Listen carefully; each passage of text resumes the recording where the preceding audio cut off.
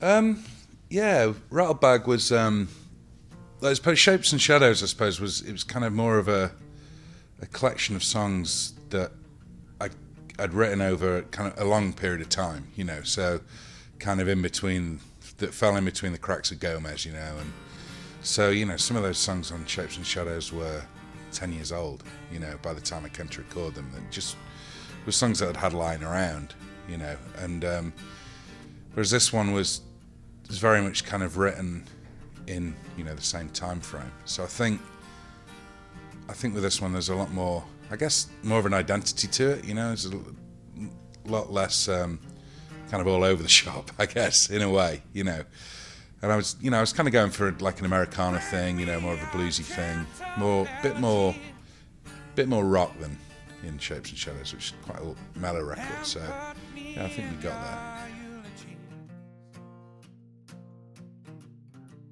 Sam, I've known Sam since I was, we grew up together in a little village in Derbyshire, village of like, a few hundred people, basically. And he's always played music, like he was always like well ahead of everybody with the music, And we just kind of, he's always been in bands, I've always followed his career and stuff, we always met up. And when it came to do this record, I was, well, would you like to do some co-writing, for it? And what's great about it is we know each other so well, and there's such a history there. There's nowhere to hide, really. So wherever you go, he kind of comes with you, which is really good and handy. So yeah, I mean, he's just, first and foremost, he's just a great lyricist, so that really helped me out quite a lot. Yeah, not necessarily just in terms of him writing lyrics and handing them to me and say sing that, but in terms of him getting me to think about the lyrics a lot more as well, and what was this about? Quite often with Gomez it was a case of you'd be in the studio and you need a chorus, so it's like, all right, what rhymes with this, and what, what I mean, kind of grasping for lyrics, whereas I think these are perhaps a little bit more considered than a lot of the Gomez stuff because of Sam.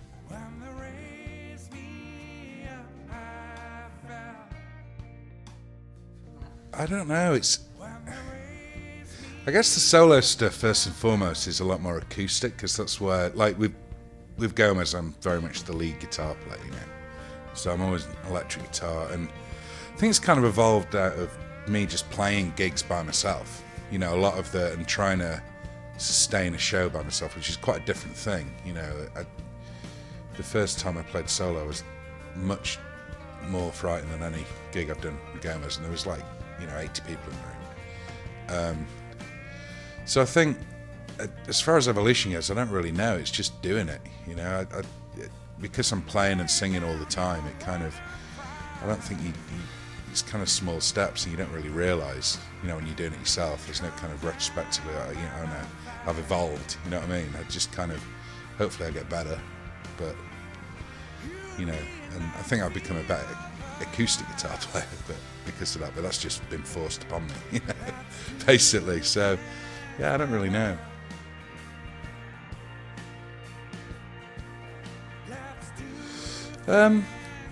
Again, I'm not really sure. I mean, at home, I constantly have Radio 6 on all the time, so I'm always listening to new stuff, but I'm never really sure. Sometimes not really sure what it is. I just like that song that's on all the time, and stuff like that. I've gotten quite into, kind of folk music in a way, but not kind of a more bluesy stuff like John Martin and stuff like that. I'm really into a guy called John Smith at the moment. He's a good friend of mine as well. The more I like guys with good voices, and that can play and kind of got that bluesy angle. But I don't really know how that influences me. It's hard to tell. Try not to copy him, but that's about it. Yeah.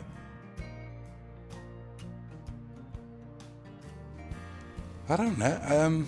I suppose what I normally do, and again I think this is coming from like a blues tradition, is start with a riff, just kind of, and if that can sustain my interest, if that riff, that kind of cyclical thing, can, I suppose, I've been listening to a lot of African music as well, like Ali Factor and stuff like that, and that riff has always been at the core of how I write. So, you know, that's always the first thing. I think there's something quite kind of fundamental about a riff, you know, that kind of cyclical thing that drags you in.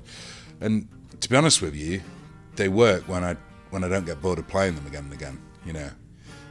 So that'll form the foundation of something, and then at some point a melody will come from somewhere, you know, and quite often that melody and just the sound of whatever that melody is and the words I've kind of thrown onto that will form the basis of the song. I'll kind of try and unpick that and say, well, I'm singing, you know, I'll demo something on my iPhone or something like that and kind of almost translate what I've been singing, you know, try and form some sense out of it. It's not a very scientific approach, but it seems to work. But at the core of it all is, I think, simplicity and repetition, you know. I think that's what kind of draws me in.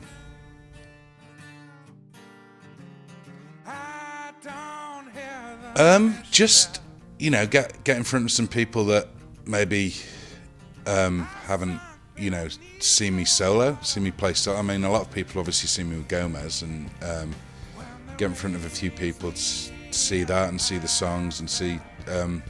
I'm hoping to have a band over there, which would be good. Now I've got some touring in the UK planned, a couple of festivals planned, and probably going to Australia later in the year. So it's just a lot of gigging, basically getting in front of people, and, you know, hopefully South by will kind of give me a few more opportunities in America, because at the moment I'm very much, you know, the singer from Gomez, you know, and that'll obviously that's going. I don't mind that at all. That's going to follow me around, but it'd be nice to, you know, I'm gradually kind of carving out my own identity in a way. So yeah, it'd be good to kind of further that journey a little bit.